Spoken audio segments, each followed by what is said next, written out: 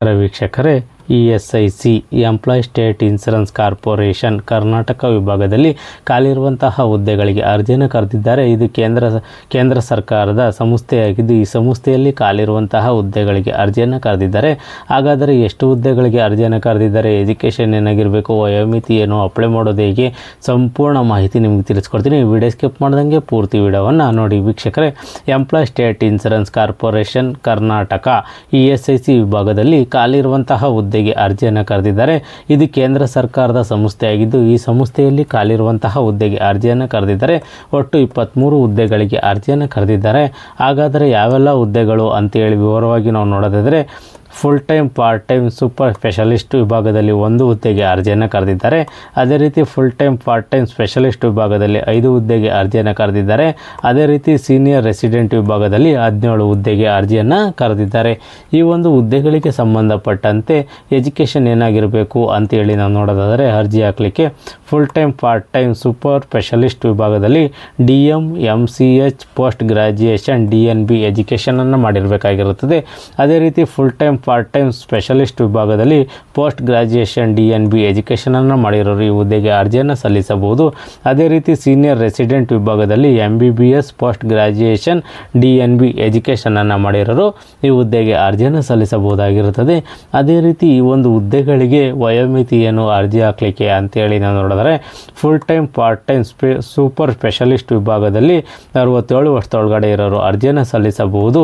ಅದೇ ರೀತಿ full time, part time, specialist ವಿಭಾಗದವರು ಸಹ 67 ವರ್ಷದೊಳಗಡೆ ಇರೋರು ಅರ್ಜಿಯನ್ನು ಸಲ್ಲಿಸಬಹುದು.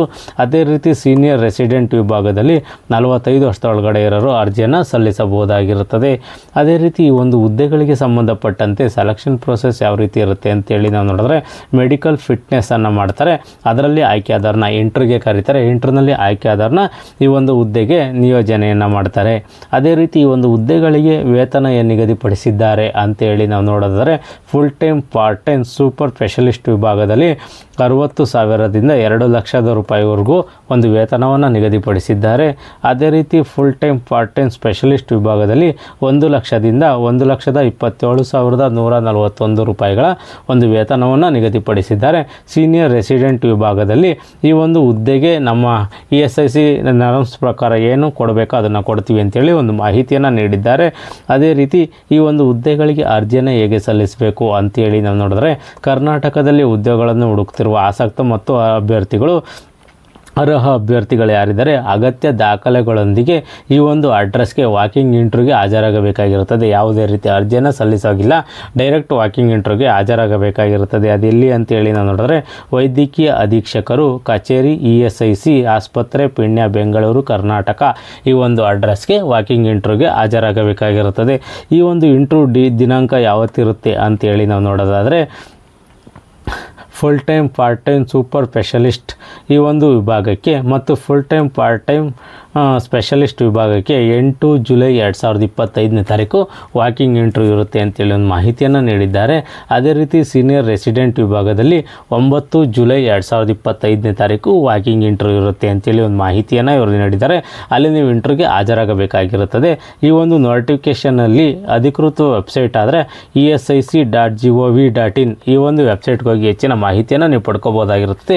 ಈ ಒಂದು ವೆಬ್ಸೈಟ್ಗೆ ಹೋಗಿ ಅಧಿಕೃತ ನೋಟಿಫಿಕೇಷನ್ ಸಿಗುತ್ತೆ. ಅದರಲ್ಲಿ ಒಂದು ಅಪ್ಲಿಕೇಶನನ್ನು ಬಿಟ್ಟಿದ್ದಾರೆ. ಅದನ್ನ ಡೌನ್ಲೋಡ್ ಮಾಡ್ಕೊಂಡು ಅದನ್ನ ಫಿಲ್ ಮಾಡ್ಕೊಂಡು ನೀವು ವಾಕಿಂಗ್ ಇಂಟರ್ವ್ಯೂಗೆ ಆ ದಾಖಲೆಗಳನ್ನು, ಅದಕ್ಕೆ ಬೇಕಾಗಿರುವ ದಾಖಲೆಗಳನ್ನು, ಎಜುಕೇಷನ್ ದಾಖಲೆಗಳನ್ನು ನೀವು ಸಲ್ಲಿಸಬೇಕಾಗಿರುತ್ತದೆ. ಮತ್ತು ಯಾರೆಲ್ಲ ಈ ಹುದ್ದೆಗಳಿಗೆ ಅರ್ಜಿಯನ್ನು ಸಲ್ಲಿಸಬೇಕು ಅಂದ್ಕೊಂಡಿದ್ರೆ, ಈ ಒಂದು ನೋಟಿಫಿಕೇಷನನ್ನು ಸಂಪೂರ್ಣವಾಗಿ ಓದಿ ನಿಮಗಿದು ಸೂಕ್ತ ಅನಿಸಿದ್ರೆ ಮಾತ್ರ ಈ ಹುದ್ದೆಗಳಿಗೆ ಅರ್ಜಿಯನ್ನು ಸಲ್ಲಿಸಿ. ಈ ಒಂದು ಮಾಹಿತಿ ಇಷ್ಟವಾದರೆ ಸಬ್ಸ್ಕ್ರೈಬ್ ಮಾಡಿ, ಶೇರ್ ಮಾಡಿ, ಲೈಕ್ ಮಾಡಿ.